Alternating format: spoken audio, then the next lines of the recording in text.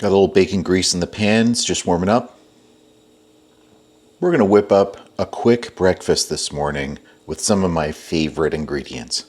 We've got some leftover strip steak that had been dry brined and then grilled to a beautiful rare, medium rare. We've got some caramelized onions to go into the mix and some smoked cheddar. And this is all to go into floofy eggs.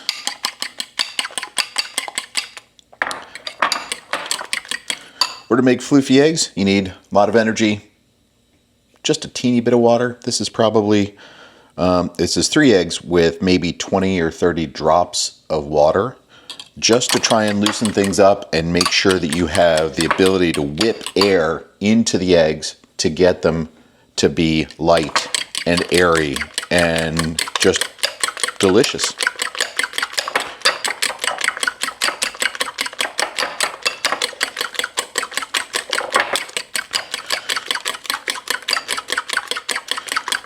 Like to keep moving the bowl around to make sure that there aren't pockets of egg that aren't getting the love and the attention and fully integrated.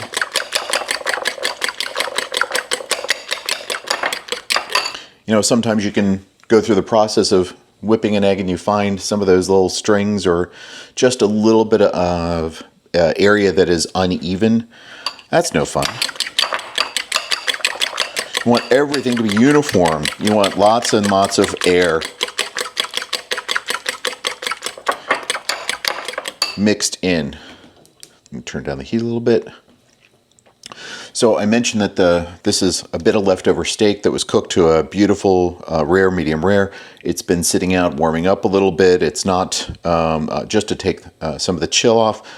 And what I typically will do is toss these guys into a hot pan just to accelerate the warming up process, then drop in the egg mixture, then the cheese, just to make sure everything gets cooked at the appropriate time. And really, I'm not trying to cook this very much at all. I'm just trying to heat it up and give it a chance to integrate with everything else. So, I don't know, I think we're ready. So let's go, let's drop it in. You can hear that sizzle. Wonderful, wonderful, wonderful sound.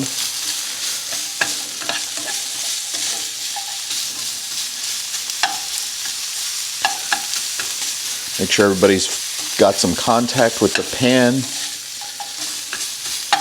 Everything's flattened and able to absorb that heat. And once it's flattened and distributed and starting to warm up, throw in the eggs and then the cheese.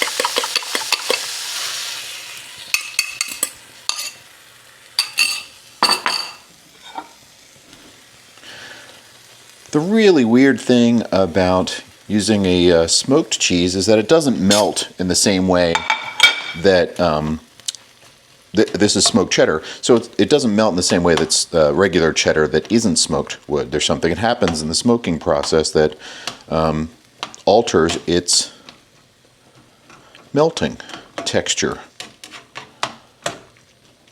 So I'm just mixing everything around. I'm not trying to make an omelet. That seems way too fussy. So I'm just doing a scramble. Easy, quick. Nobody cares what it looks like. Or at least I don't care what it looks like, and that's what is really important. I'm dropping in a little bit of this caramelized onion, trying to break it up so it gets evenly distributed. But even with some reasonably even distribution, there's going to be pops of flavor. And the thing about caramelized onions is they provide so much flavor. When you do get that pop, it is such a cool hit of flavor. Let me stir these guys around a little bit. It's almost done. Just want the eggs to tighten up a little bit more. But we are almost ready for breakfast. And that's really what this is all about. Making something yummy. And not just something yummy that will provide satiety through the rest of the day. Or at least until dinner time. So with this kind of a breakfast, I'm going to omit a meal, which helps from my perspective, not only manage my weight, but also decrease snacking and things that can increase the blood sugar.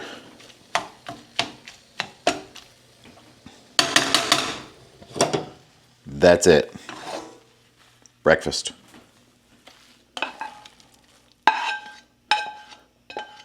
You can see the little bit of gooiness from the cheese. It's not the same as cheese that isn't smoked.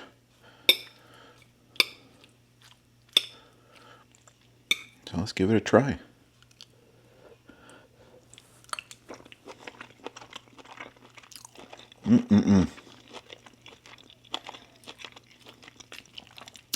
That smoked cheese provides such a cool flavor. You can see a little bit of the dangliness. Nice floofy eggs. Beautiful chunks of steak. That's a chunk of steak. Probably should have chopped that guy up a little bit more. A little bit of a hit from the caramelized onion. This is breakfast. This is yummy. This is just made with leftovers. You saw me put it together. Doesn't take long. Give it a shot.